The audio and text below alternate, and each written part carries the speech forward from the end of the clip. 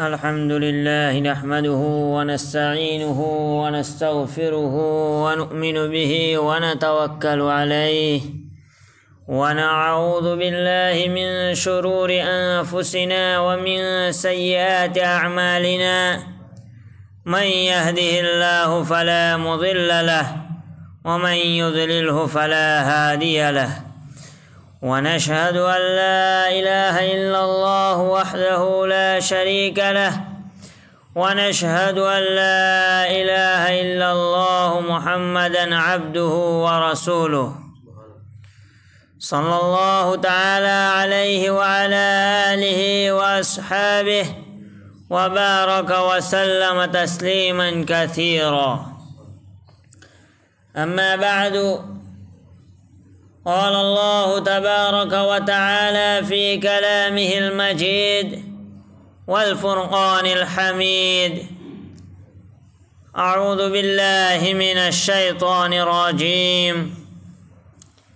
بسم الله الرحمن الرحيم.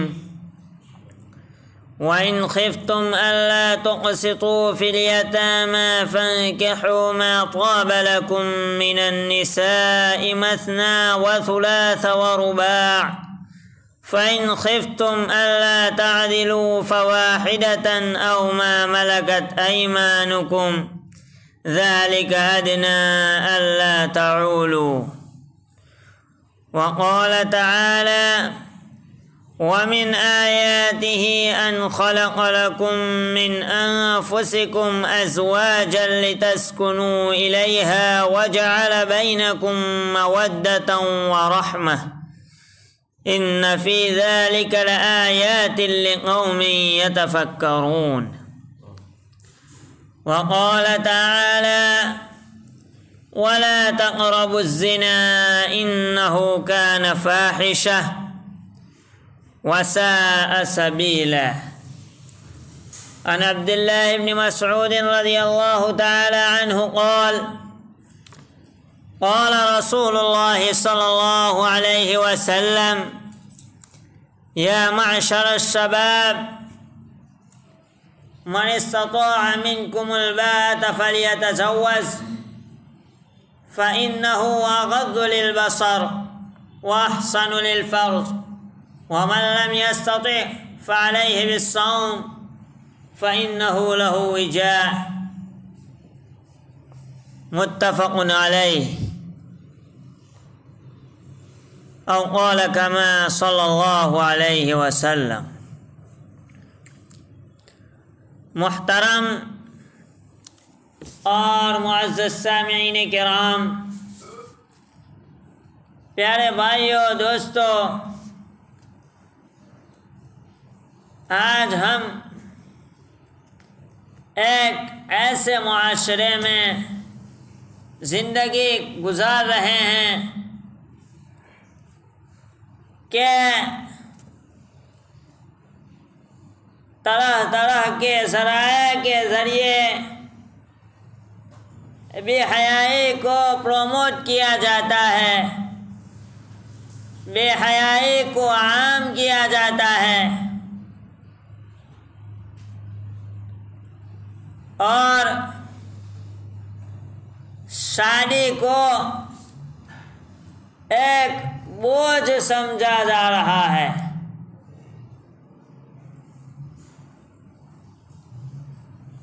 شادی شدہ زندگی کو اور بوائے فرینڈ گرل فرینڈ والے کلچر کو ملا کر بوائے فرینڈ اور گرل فرینڈ والے کلچر کو ترجیح دی جاتی ہے، حالانکہ یہ اسلام اور شریعت کے خلاف تو ہے ہی ہے، فطرت کے بھی خلاف ہے۔ اگر آج ہم چاہتے ہیں کہ زمانے میں یا یہ کہہ لیجئے کہ ہمارے معاشرے سے بے حیائی ختم کرنا ہے تو اس میں سب سے پہلی اثر انداز چیز جو کرنے کی ضرورت ہے وہ یہ ہے کہ نوجوانوں کی شادی کرائی جائے، بچے ہو یا بچیاں، اس لیے کہ نکاح اور شادی کے ذریعے انسان کی دو بنیادی قوتیں جو ہے وہ قابو میں آتی ہے۔ انسان میں ایک قوت ہے غصے کی اور ایک ہے شہوت کی۔ غصہ اگر اس میں افراط ہو تب بھی نقصان دہ ہے، تفریط ہو تب بھی نقصان دہ ہے۔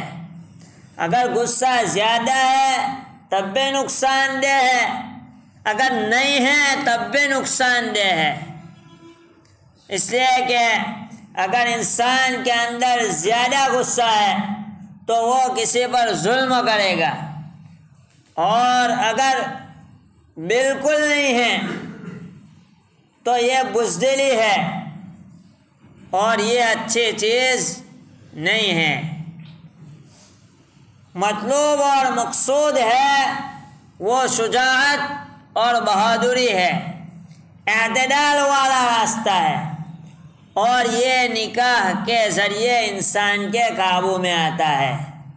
اس لیے کہ اگر انسان شادی کرتا ہے تو اس کے رشتے بڑھتے ہیں، ساس سسر بہنوئی سالہ، تو غصے کے مواقع کم ہوتے ہیں، اور انسان کو کبھی ضرورت پڑتی ہے تو اکیلا اور تنہا ہوتا ہے تو وہ بزدل ہو جاتا ہے، اور اگر اس کے پشت پناہی کرنے والے، اس کے مدد اور نصرت کرنے والے لوگ ہو تو پھر وہ بہادر بنتا ہے، اس کے اندر ہمت آتی ہے۔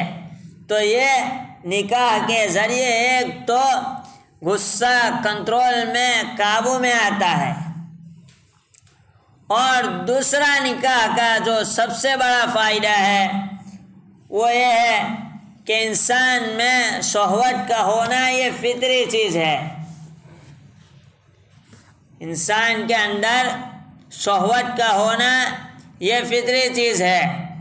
اگر اس کو ضرورت پر جائز مواقع مہیا نہیں کیے گئے تو وہ حیوانیت اور فسق و فجور والے کام کرنے پر مجبور ہو جائے گا، اور یہ قوت شہوانیت میں افراط ہے۔ شریعت میں اس کی گنجائش نہیں ہے، باعتبار دنیا بھی یہ جانوروں والا کام ہے۔ جانور وہ آپس میں ان کے بھی جوڑے ہیں، وہ شادی نہیں کرتے ہیں، اور وہ کھلے عام وہ کام کرتے ہیں جو انسان کو کرنے کی گنجائش نہیں ہے۔ اور دوسرا یہ کہ اگر انسان کے اندر قوت شہوت میں تفریط ہے، بالکل نہیں ہے، تو یہ بھی عیب ہے، یہ بھی نامردی ہے۔ گویا اگر اس کو نکاح کے بندھن میں باندھ دیا جاوے، اس کی شادی کرا دی جاوے، تو وہ افراط تفریط سے بچ جائے گا، اور عفت جو مطلوب اور مقصود ہے وہاں پر قائم مقام ہو جائے گا، اس کے مقام پر قائم ہو جائے گا۔ اور نکاح کے ذریعے انسان جہاں بے حیائی سے بچتا ہے، اپنے اندر سنجیدگی بھی پیدا کرنے لگتا ہے، اس کو ذمہ داریوں کا احساس ہو جاتا ہے۔ اور قرآن کریم میں جگہ جگہ اللہ تبارک و تعالیٰ نے اس کو بیان کیا ہے، اور نبی کریم صلی اللہ علیہ وسلم نے بھی اپنے ارشادات میں شادی کو پروموٹ کیا ہے اور بے حیائی کو روکا ہے۔ مشکات شریف میں کتاب النکاح کی ابتدا میں جو سب سے پہلی حدیث ہے وہ یہی ہے جو ابھی پڑھی گئی آپ حضرات کے سامنے کہ نوجوانوں، تم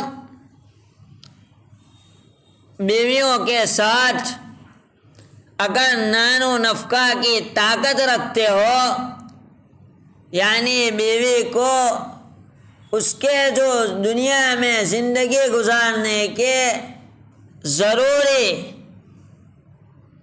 راستے ہیں، کھانا پینا، سونا، گھر وغیرہ وغیرہ، تو تم شادی کرو، اور اگر تمہارے پاس اتنی طاقت نہیں ہے تو پھر روزے رکھو، اس لیے کہ وہ شرمگاہ کو محفوظ رکھتی ہے۔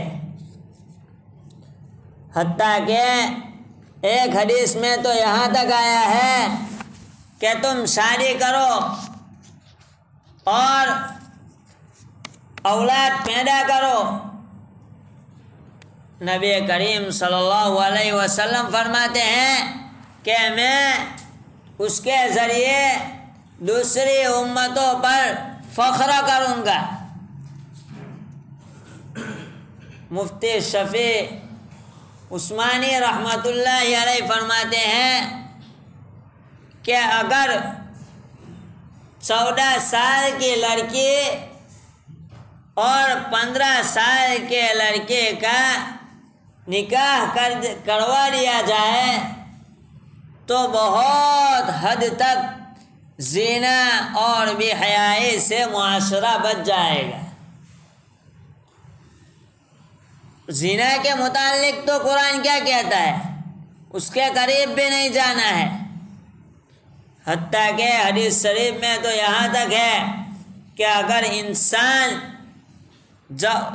زنا کرتا ہے تو جس وقت زنا کرتا ہے اس وقت تک مومن باقی نہیں رہتا ہے۔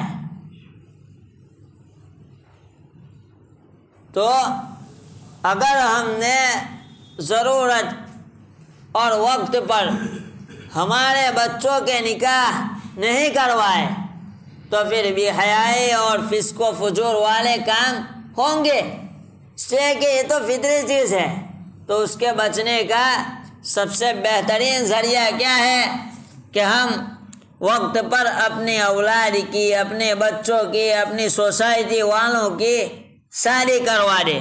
قرآن کریم میں اللہ تبارک و تعالیٰ نے اس کا بھی حکم دیا ہے کہ تم یتیموں کی شادی کراؤ۔